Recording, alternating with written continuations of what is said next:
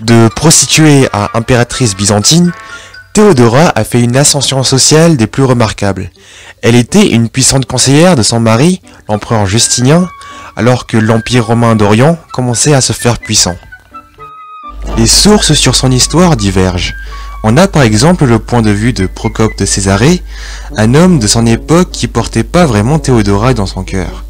Il avait écrit un ouvrage à la fois historique et pornographique sur elle. Théodora naît dans un milieu modeste à Constantinople ou en Chypre. On n'est pas sûr, mais on sait que son père est mort jeune. Et pour se faire de l'argent, la mère de Théodora inscrit cette dernière avec ses sœurs Comito et Anastasie dans un théâtre dans la faction des Vers. Une faction dans la société romaine était des sortes de supporters avec leurs troupes de théâtre. Ils ont également un pouvoir politique. Théodora y apprend à dompter des animaux, mais également à maîtriser sa posture, ses gestes et son autorité. Des qualités qui lui seront utiles comme impératrice.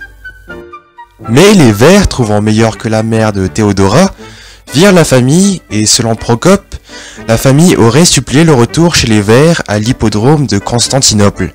Mais ils se font snober. La famille rejoint alors la faction des Bleus.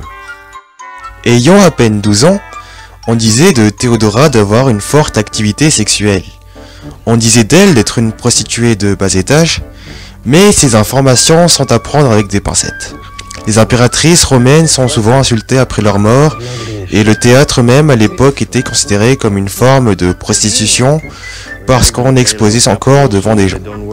Néanmoins, il s'avère que Théodora sur scène faisait des danses en étant complètement à poil, et elle aurait fait aussi de la prostitution chez ses admirateurs pour se faire des sous. Et on rappelle, elle avait genre 12-14 ans. À 16 ans, elle devient l'amante d'Ékébolos, un Syrien qui était gouverneur de la province de Libye, ce qui la permet de voyager en Afrique du Nord. Mais ne supportant pas d'être une maîtresse de second plan, Théodora décide de le quitter et de retourner à Constantinople. Sur le chemin, elle fait escale à Alexandrie en Égypte, rejoignant un réseau de solidarité de la faction des Bleus.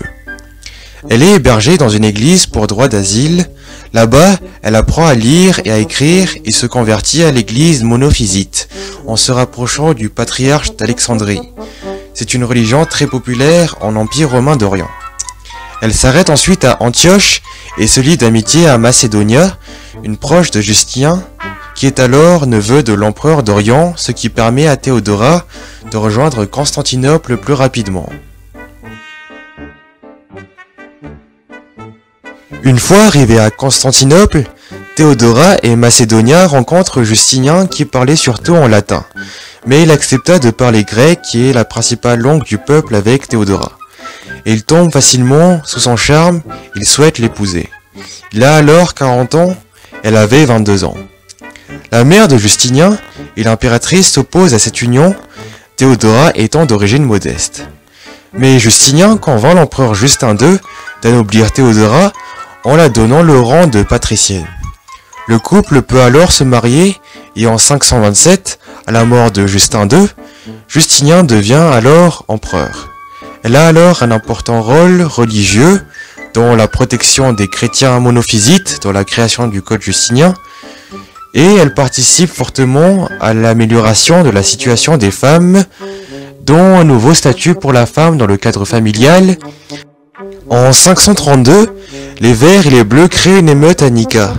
L'empereur et sa cour envisagent alors de fuir. Théodora proteste en demandant au seigneur de choisir entre mourir en se battant ou à mourir quand même avec la honte et la misère dans un exil. Elle seule était en mesure de convaincre Justinien de rester.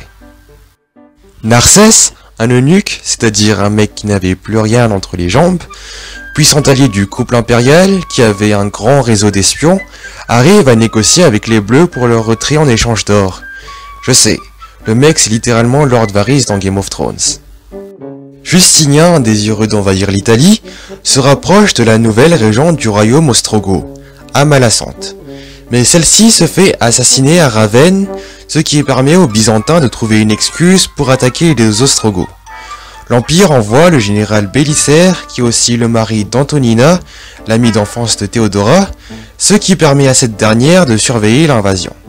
Bref, je vous passe plein de détails, les Byzantins prennent Rome et négocient le remplacement du pape.